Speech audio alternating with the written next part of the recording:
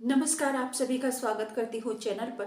मैं त्यागीराज त्यागी रम्या अमरीश उम्मीद करती हूँ आप और आपका परिवार स्वस्थ और सुरक्षित होगा। इसी कामना को करते हुए आज की कहानी की शुरुआत करती हूँ। आज की कहानी तेलंगाना की राजधानी हैदराबाद से। हैदराबाद का रंगारेड्डी जिला, जिसका थाना मीरपेट क्षेत्र में न्यू वेंकटेश्वर नगर कॉलोनी की ये घटना है और ये इलाका राजाकोंडा कमिश्नरेट के अंतर्गत आता है। वेंकटेश्वर नगर कॉलोनी में एक रिटायर्ड फौजी गुरुमूर्ति किराए के मकान में रहता था, अपनी पत्नी और 2 बच्चों के साथ में। वह डीआरडीओ में जॉब करता था। रिटायर्ड फौजी ने स्वेच्छा से इंडियन आर्मी से अपना रिटायरमेंट लिया था और तेलंगाना के हैदराबाद में आकर वह किराए के मकान में रहने लगा था। साथ में उसकी पत्नी माधवी, पी वेंकटा माधवी और 2 बच्चे रहते थे। खुशहाल जीवन था, ठीक ठाक जीवन चल रहा था। रिटायर्ड फौजी की शादी 13 साल पहले आंध्र प्रदेश के नंदयाल के रहने वाली पी वेंकटा माधवी के साथ हुई थी। रिटायर्ड फौजी गुरुमूर्ति भी आंध्र प्रदेश के प्रकाशम जिले के रहने वाला है। 13 साल पहले शादी हुई और 5 साल पहले ये परिवार तेलंगाना के हैदराबाद में आकर रहने लगा किराए के मकान में। तो इस फौजी ने एक ऐसी घटना को, खौफनाक घटना को अंजाम दिया जिसे जिसने सुना हर कोई सहम गया। हर एक किसी की रूह कांप गई। आपकी भी रूह कांप जाएगी इस कहानी को सुनकर। जिस मोहल्ले में रिटायर्ड फौजी गुरुमूर्ति रहता है, उस मोहल्ले के रहने वाले लोग अपना घर छोड़कर दूसरी जगह जाने लगे और बाहर के अजनबी लोग इसके मोहल्ले में आने लगे। इस मकान में ये रहता है, इस मकान को देखने के लिए।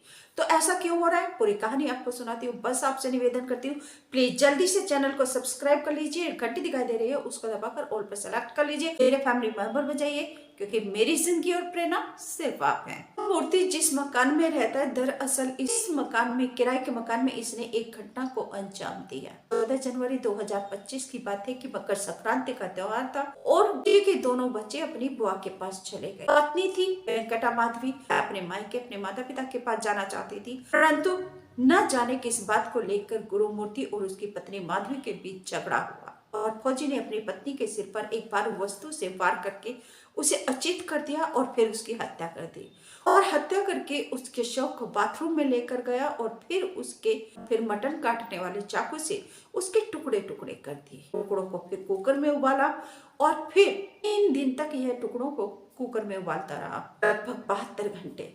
उसके बाद उनको पोली पैक किया, लेकिन पोली पैक में भी जब उसकी हड्डियां नहीं आ रही थी, पैक नहीं हो पा रही थी, तो फौजी की एक क्रूरता और सामने आई, बर्बरता की सारी हदें पार कर दी कि उसने पत्नी माधवी की हड्डियों को मूसल से कूटा, उनको चूरा किया, चूरन बनाया और फिर उनको पोली पैक किया और फिर पास की झील में, जलालगुड़ा लेक में पत्नी की लाश के टुकड़ों को और हड्डियों को पैक कराया, मछलियों का खाना बनाने के लिए मछलियों को खिला कराया। और घर में आके उस बाथरूम को ऐसा बिल्कुल नीट एंड क्लीन साफ कर दिया, उस पूरे घर को, कि कोई बता भी नहीं सकता कि यहाँ पर कोई खौफनाक घटना को अंजाम दिया गया, किसी का कत्ल किया। खून का एक कतरा, एक बूंद बाकी नहीं मिला पुलिस को। पुलिस जब घर में गई, और इस घटना की जानकारी कब हुई? इस घटना की जानकारी 18 जनवरी 2025 को हुई, जब फौजी की पत्नी माधवी की माता पिता बार बार फौजी के घर पे फोन कर रहे थे, माधवी को फोन कर रहे थे, लेकिन माधवी का फोन नहीं लग रहा था। तो वे फिर गुरुमूर्ति को, दामाद गुरुमूर्ति को फोन कर रहे थे। जब गुरुमूर्ति को फोन किया तो गुरुमूर्ति ने बताया 16 तारीख को कि वह कल झगड़ा हुआ था और वह घर से कहीं बाहर चली गई है, लेकिन वापस नहीं आई। इसके बाद 16 की शाम तक माता पिता ने इंतजार किया, 17 जनवरी को इंतजार किया और 18 जनवरी को माधवी की माँ सुबम्मा और उसके जो फैमिली मेंबर हैं वह हैदराबाद आ गए और वहां पर मीरपेट थाने में जाकर उन्होंने एक रिपोर्ट लिखवाई, गुमशुदगी की। जब माधवी की मम्मी सुबम्मा रिपोर्ट लिखवाने के लिए थाना मीरपेट में गई थी, तो पति गुरुमूर्ति भी साथ में गया था और उसने भी गुमशुदगी की रिपोर्ट लिखवाई। लेकिन पुलिस को जब इसने पूरी कहानी बताई कि 15 तारीख को झगड़ा हुआ था और झगड़े का कारण पुलिस ने पूछा, तो गुरुमूर्ति ने बताया अपने घर आंध्र प्रदेश जाना चाहते, लेकिन मैंने उसको मना किया क्योंकि बच्चे तो अपनी बुआ के यहाँ चले गए थे। मकर संक्रांति पे वह आंध्र प्रदेश के नांदियाल जाने वाले थे, क्योंकि माधवी आंध्र प्रदेश के नांदियाल के रहने वाले थे, जबकि गुरुमूर्ति आंध्र प्रदेश के प्रकाशम जिले का रहने वाला था। 13 साल पहले दोनों की शादी हुई थी और 5 साल पहले फौजी अपने परिवार संग तेलंगाना के हैदराबाद में आकर बस गया था, सेटल हो गया था और डीआरडीओ में सिक्योरिटी गार्ड की जॉब करने लगा था। मूर्ति ने बताया कि मैंने 15 तारीख को उसे मना किया कि अपने मायके में मत जा, लेकिन वह जाने की जिद करने लगी और बस इसी बात पर झगड़ा बढ़ता गया। जब झगड़ा बढ़ा तो हम दोनों की कहासुनी हो गई और मैंने घर में रखा हुआ कोई भारी वस्तु उठाकर उसके सिर पर दे मारा। लगते ही माधवी बेहोश हो गई और फिर मैंने उसकी हत्या कर दी और उसको मटन काटने वाले चाकू से उसके टुकड़े किए। फिर उनको 3 दिन तक कुकर में उबालता रहा और फिर पैक करके उसको चिल्लीगुड़ा लेके में उसकी लाश के टुकड़ों को और हड्डियों को फेंका, मछलियों को खिला दिया। इस घटना का खुलासा 18 जनवरी को हुआ, जब माधवी की मां सुबह मां आई और मीरपेट थाने में जाकर उसने रिपोर्ट लिखाई। पति गुरमूर्ति भी साथ में गया था और गुमशुदगी की रिपोर्ट लगाई थी। पुलिस को शक तब हुआ फौजी के ऊपर जब उसने बताया कि 15 तारीख को घर से निकली थी माधवी, जबकि माधवी के मायके से फोन लगातार आ रहा है, हर रोज आ रहा है, लेकिन उसके बावजूद भी गुरमूर्ति थाने में नहीं गया। कोई रिपोर्ट उसने गुमशुदगी की नहीं लिखवाई, तो पुलिस को यहीं से उसके ऊपर शक हुआ। उसने पूछताछ की तो पहले तो आरोपी फौजी ने गोल गोल घुमा दिया, नहीं पता ये वो करके वो घर से निकली थी, मुझे नहीं पता, लेकिन उस पर शक था पुलिस को, क्योंकि 15 को वह घर से निकली है और 18 तारीख तक भी उसका अता पता नहीं। फिर भी पुलिस में जाकर फौजी ने रिपोर्ट नहीं लिखाई, तो पुलिस को यहीं से उसके ऊपर शक था। लेकिन फिर भी इसके बाद पुलिस ने उसके घर के बाहर लगे सीसीटीवी कैमरे को खंगाला तो उसमें माधवी घर से बाहर आती दिखाई नहीं दे रही है, घर के अंदर जाती हुई दिखाई दे रही है, लेकिन बाहर निकलती हुई नहीं दिख रही।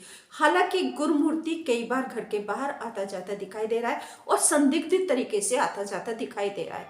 तो पुलिस ने इसी शक की बिना पर गुरमूर्ति को उठा लिया, धर लिया और उससे कड़ाई से सख्ती से जब पूछताछ की तो फिर गुरुमूर्ति ने अपना गुनाह कबूल कर लिया। सारी की सारी कहानी उसने तोते की तरह बोलना शुरू कर दी। कहानी आपको सुना ही चुकी हूँ। उसके लाश के टुकड़े किए, मटन काटने वाले चाकू से, हड्डियों को मुसल से कूटा, चूरा बनाया और फिर उनको पॉली बैग में पैक करके बेगुड़ा झील में उसको डाल के आया, मछलियों को लाकर आया। पुलिस ने अपनी अलग अलग टीमें बनाई हैं, घर की भी जांच कर रहे हैं और झील के अंदर भी वह तलाश कर रहे हैं। हालांकि झील के अंदर से कुछ हड्डियां मिली हैं, तो वह अब ये जानने का कोशिश कर रहे हैं गुरुमूर्ति से कि क्या उसने किसी कुत्ते को भी मारा था जिसकी हड्डियां उसने झील में फेंक दी हो। तो अभी पुलिस अपनी तहकीकात में, अपनी तलाश में लगी हुई है।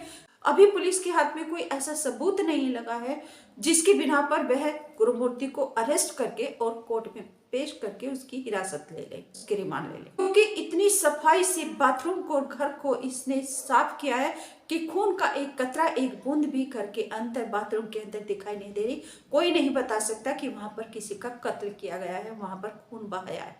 इस घटना से फौजी के मोहल्ले में रहने वाले लोग बहुत ज्यादा खौफ जगह हैं, भयभीत हैं। इस खौफनाक घटना से लोग इतना डर गए हैं कि वे अपना घर छोड़कर जा रहे हैं। हालांकि अजनबी लोग इस मोहल्ले में आ रहे हैं उस घर को देखने के लिए जिसमें गुरुमूर्ति ने अपनी पत्नी माधवी का कत्ल करके उसकी लाश को 3 दिन तक यानी कि 72 घंटे तक कुकर में उबाला, हड्डियों को मुसल से कूटा और झील में फेंककर मछलियों को खिला दिया।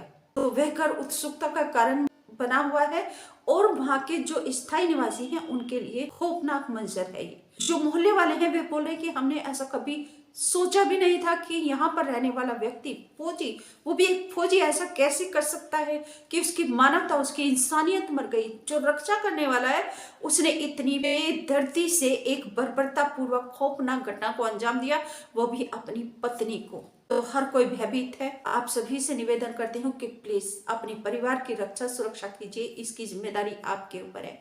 अपने परिवार को संभाल के रखिए। आप सभी से निवेदन करती हूँ, अभी तक चैनल सब्सक्राइब नहीं किया तो प्लीज जल्दी से चैनल को सब्सक्राइब करके घंटी दबा दीजिए, ऑल पर सेलेक्ट कर लीजिए। और मेरी कहानी में क्या कमी रहती है आप प्लीज मुझे कमेंट करके जरूर बताइए। मैं कहानी में और क्या सुधार करूं और किस प्रकार की कहानियां आपके लिए लेकर आऊं। मैं अपराध की दुनिया से कहानी लाकर आपको जागरूक और सचेत करती रहती हूँ, यही मेरे जीवन का लक्ष्य और उद्देश्य है। आप और किस प्रकार की कहानी चाहते हैं प्लीज कमेंट करके जरूर बताइएगा और मेरी प्रेरणा जरूर बनिएगा। वीडियो को लाइक करके शेयर भी जरूर कर दीजिए ताकि हर एक किसी को ये पता चल जाए कोई भी कहीं से भी आपकी जान का दुश्मन बन सकता है, आपके ऊपर हमला करके आपके जीवन को, आपके घर परिवार को नष्ट कर सकता है। तो इसलिए सावधानी से रहिए, सुरक्षित रहिए, अपनी सुरक्षा को संपुख्ता कीजिए। नमस्कार। Thank you.